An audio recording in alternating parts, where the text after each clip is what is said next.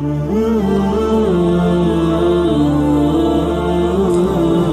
جب کسی کو نوازنا چاہتا ہے نا تو کچھ خاص نشانیاں ظاہر ہونے لگتی ہیں۔ یاد رکھو، اللہ جب نوازنے پہ آتا ہے تو پھر بے حساب نوازتا ہے، بے شک وہ جسے چاہے اپنی رحمت سے خاص کر لے۔ اللہ انسان کو وہاں سے نوازتا ہے جہاں سے اس کی توقع بھی نہیں۔ اللہ کی بانٹ آدھی بانٹ نہیں ہے۔ اللہ اپنی نعمتوں کو بانٹنے میں فیورزم والا معاملہ نہیں کرتا کہ فلاں کو دنیا اچھا سمجھتی ہے تو اسے ہی عطا کرنا ہے، اور فلاں کو دنیا اچھا نہیں سمجھتی تو اسے دھتکار دینا ہے۔ اللہ بس نیتیں دیکھتا ہے۔ اللہ بس یہ دیکھتا ہے کہ کس کے دل میں اللہ کے لیے محبت ہے اور کون اس چیز کو پانے کی زیادہ شدت رکھتا ہے جو وہ اللہ سے مانگ رہا ہے۔ وہ بس خلوص دیکھتا ہے کہ کون اس کا اتنا خوف اپنے دل میں رکھتا ہے کہ اپنی چاہت کو پانے کی خاطر وہ ذرائع موجود ہونے کے باوجود بھی کوئی غلط راستہ اختیار نہیں کرتا۔ وہ بس طلب دیکھتا ہے کہ کون اس کے انعام کی طلب رکھتا ہے اور پھر اس طلب کی خاطر صبر کرتا ہے۔ یہی سب دیکھ کر اللہ فیصلہ کرتا ہے کہ کس کو کیا، کب اور کتنا دینا ہے، اور جو انسان اللہ کی اس آزمائش پر پورا اتر جاتا ہے اور بے پناہ غموں اور تکلیفوں کے بعد بھی اللہ سے مانگنا نہیں چھوڑتا تو پھر اللہ اسے غیب سے عطا کرتا ہے، پھر اللہ دیتا ہے۔ اور یاد رکھیں کہ جب اللہ دینے پر آتا ہے تو اتنا دیتا ہے کہ انسان کا دامن تنگ پڑ جاتا ہے، لیکن اللہ کی نعمتوں کی روانی نہیں رکتی، جیسے قرآن کریم میں فرمایا گیا ہے، اور اللہ جس کو چاہتا ہے بے حساب دیتا ہے۔ ہمیں بس اللہ سے اپنی عرضیاں طلب کرنی آنی چاہیے، ہمیں اللہ سے اپنی بات منوانے کا سلیقہ آنا چاہیے۔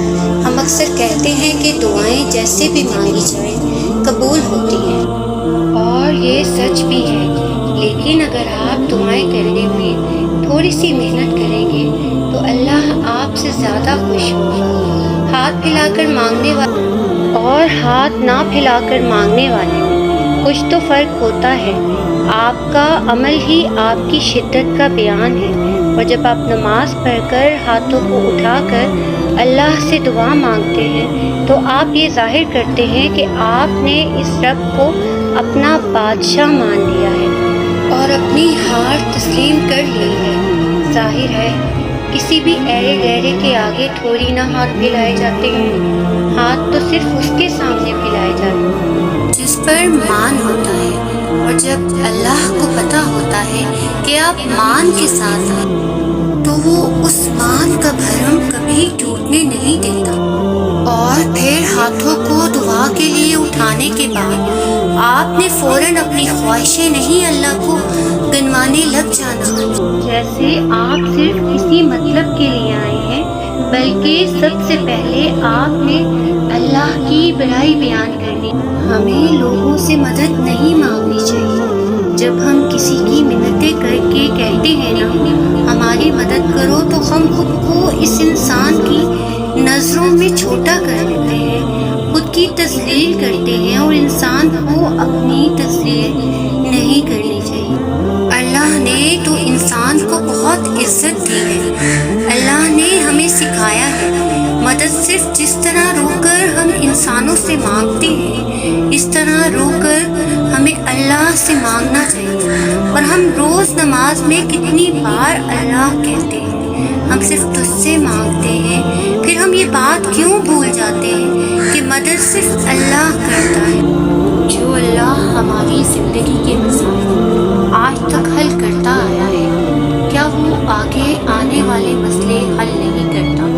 پتہ ہے ہم اپنی زندگی کی سب سے بڑی غلطی کیا کرتے ہیں؟ ہم انسانوں سے امید لگاتے ہیں، ہم انسانوں کی طرف بھاگتے۔ انسان مدد نہیں کیا کرتے، مدد تو دور کی بات، وہ آپ کے لیے کوشش بھی نہیں کرتے۔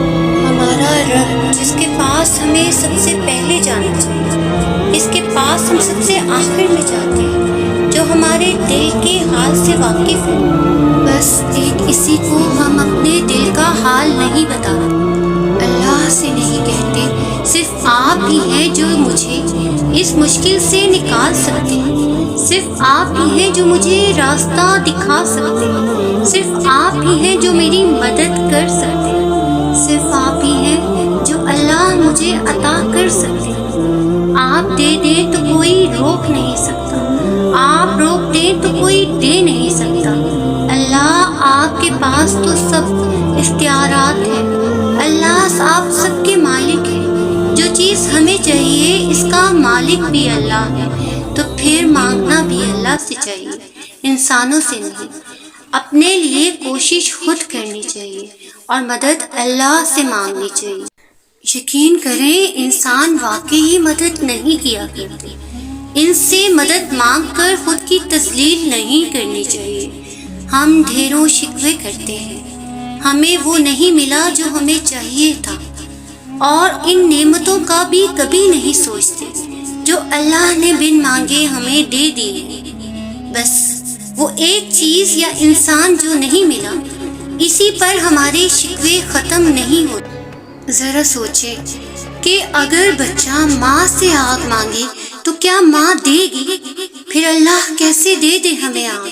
وہ اللہ جو ماں سے بھی کہیں زیادہ محبت کرتا ہے اپنے بندوں سے، وہ اللہ جس کی محبت کا کوئی مقابلہ ہی نہیں ہو سکتا ہے جو ہمیں چاہیے، اس سے ہمیں صرف نقصان ہو سکتا ہے، اس چیز کے ملنے کا ابھی صحیح وقت نہ ہو۔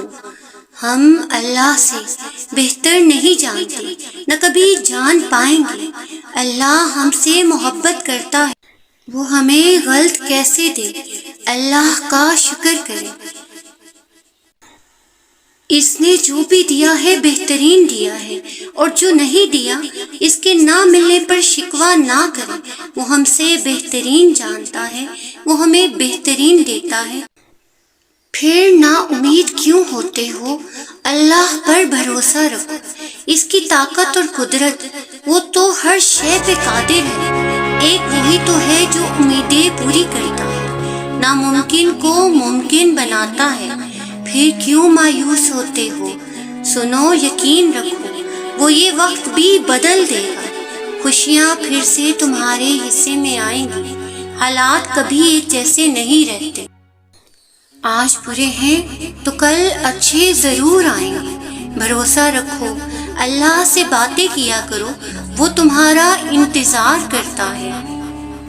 اس کے آگے آنسو بہایا کرو، وہ تمہارے یہ آنسو مٹانا چاہتا ہے، وہ تمہاری دعاؤں کا انتظار کرتا ہے، وہ چاہتا ہے کہ تم اس سے مانگو تاکہ وہ ان دعاؤں پر کن فرما دے۔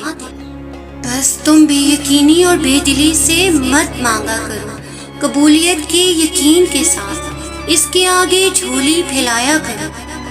تم اس کو جب جب پکارتے ہو وہ تمہیں سنتا ہے، وہ نہیں دیکھتا کہ تم اس کے پاس کیسے آ رہے ہو، کتنے وقت کے بعد آ رہے ہو، وہ تمہاری صدا ہمیشہ سنتا ہے۔ اس نے تمہیں کبھی تنہا نہیں چھوڑا، بلکہ وہ تو تمہارا انتظار کرتا ہے۔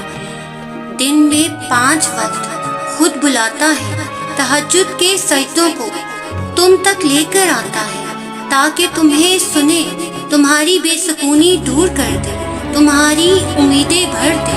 وہ جب چاہتا ہے کہ ہو جائے تو ہو جاتا ہے۔ صبر رکھو، تم نہیں جانتے کہ تمہارے لیے کیا صحیح اور کیا غلط ہے۔